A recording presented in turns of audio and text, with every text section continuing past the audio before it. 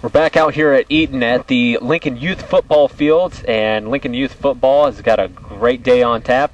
And the gentleman sitting to my left, a former broadcast partner of mine and a frequent guest on the cheap seats, the commissioner of the Lincoln Youth Football Organization, Mr. Steve Ferris. And Steve, thanks for being with us this morning. Hey, thanks for having us. Thanks for being out here. It's always nice to get some publicity out here. It's a pretty major thing going on in the community out here, so it's always nice to get noticed, man. We appreciate that. Steve, if you would, go ahead and give us a little background as to how the program got started. I know the program's been around for quite some time now, but if you would, give us a little background on that, if you would. Well, the program's been around for, 30-plus years. I've only been involved for 7. I wanted to start a second and third grade league about 5 or 6 years ago because everybody else did it. Taylorville did it, Rochester did it, Jacksonville did it. We were the only ones that started in 6th grade. Everybody else had been playing since kindergarten. And I truly believe, other than the fact that I think we're too small to be playing in the conference that we're playing in because we're the small fish in the big pond, other than that, I think the biggest thing you can contribute to the lack of success we've had at the high school level is the fact that every single team that we compete against has had 6-7 years of football experience, on us. So, I think the lack of right. not having that. No, so, that's great. So we talked a few guys into it, and we started 2nd and 3rd grade, and we thought that's maybe too young, and we did it, and it was great. Everybody loved it. We had like 45 kids sign up for the 1st, 2nd, and 3rd grade team. That's awesome.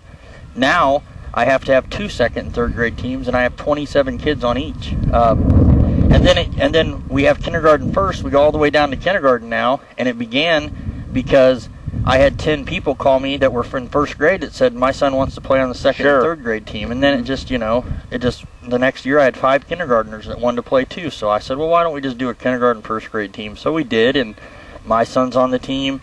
Coach Sanders' son's on the team. So it all works out right. Well. If you would, tell us a little bit about the games that you play. I know each age group, you've got several age groups that are all over the place this weekend. Talk about that a little bit. Yeah, kindergarten 1st grade is here today.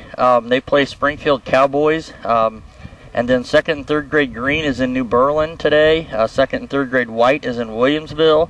4th and 5th grade will take on Chatham later this afternoon. And then 6th, 7th, and 8th grade all play in Springfield tomorrow. Excellent. Hey, you guys, hold on real quick. We've got a special guest here. Sam Gleason is in the house. He's getting ready to play a game, so we got to get him over to his to warm up a little bit. But Sam, thanks for coming on. Sam, who's your mom and dad? Mike Gleason and Susan Gleason. Susan Gleason, great. What grade are you in, Sam? 1st grade. And this is your first year of playing youth football? Okay, and what position do you play? Quarterback and linebacker. Linebacker. What's your favorite time out on the field? Do you like offense or defense? Defense. Defense is better. Yeah. You like defense? You like tackling people better? All right, Sam. Well, good luck. Thanks for coming on today. Good luck today, and get us a W, okay? Good deal. Sam Gleason, one of the 1st graders joining us out here. So, Steve, if you could just real quick, kind of as far as your practices and everything, once school gets going, is that a little bit more difficult to get everybody together for practice, or how is it that you go about your schedule? Do you just set a specific time? Well, it depends on the age. Obviously, kindergarten 1st, 2nd, and 3rd you're not going to have out here as much, but we try to practice those little guys 3 days a week until school starts. As soon as school starts, we go down to 2 nights a week. Mm-hmm. The older kids, 4th and 5th, we usually go 4 nights until school starts, and then we go to 3 or 2.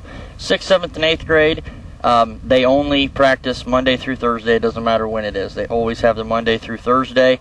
We have a little bit of trouble scheduling around baseball, but you know what? It is what it is. We do what we have to, and we make it work. And a lot of the grade school coaches, baseball coaches, are great with working with us on scheduling their things around ours. Same for us.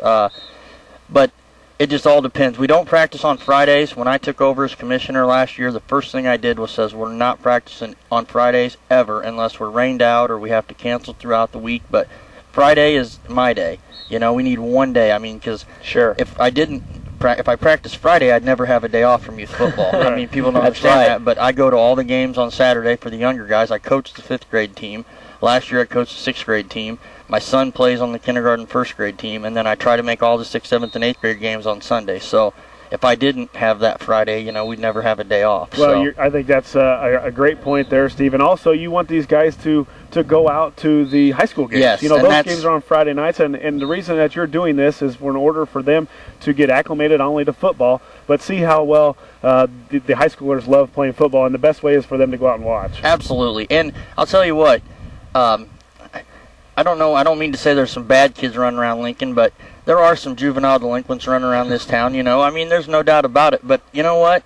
They're not on my football team. They're not on our football team. You know, it's not just my program. There's 25 guys out here that put in just as much, you know, time as I do sometimes. But, you know, it keeps them out of trouble. We don't only do it to make the high school better. That's our main goal. That You know, you got to have goals.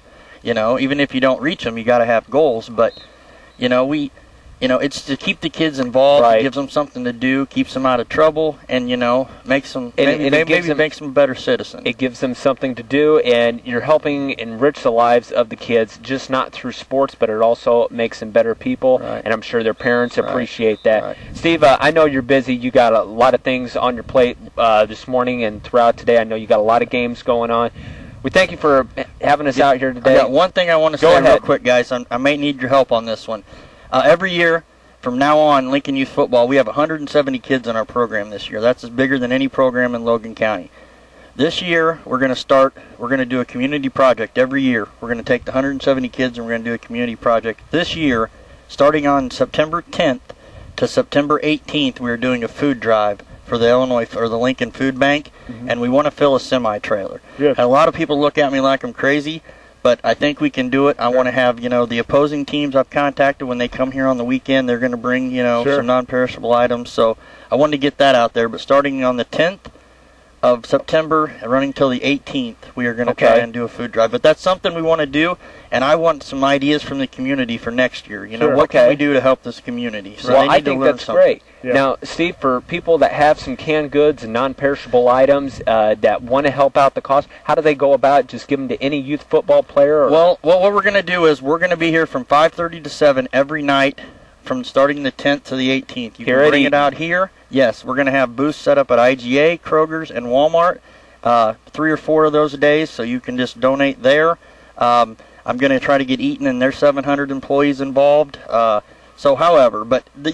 keep you better informed. I'll put something in the paper as it gets closer, but I wanted to mention that to you guys. Yeah, you got a great idea, Steve. Good deal. Well, Steve, we know you're busy, so thanks for taking time out of your schedule. Appreciate it, guys. Appreciate it. Yeah. All righty. We're going to step aside, take another commercial break, and when we come back, we will have Lincoln head coach Jared Shaner in the house. Stay tuned.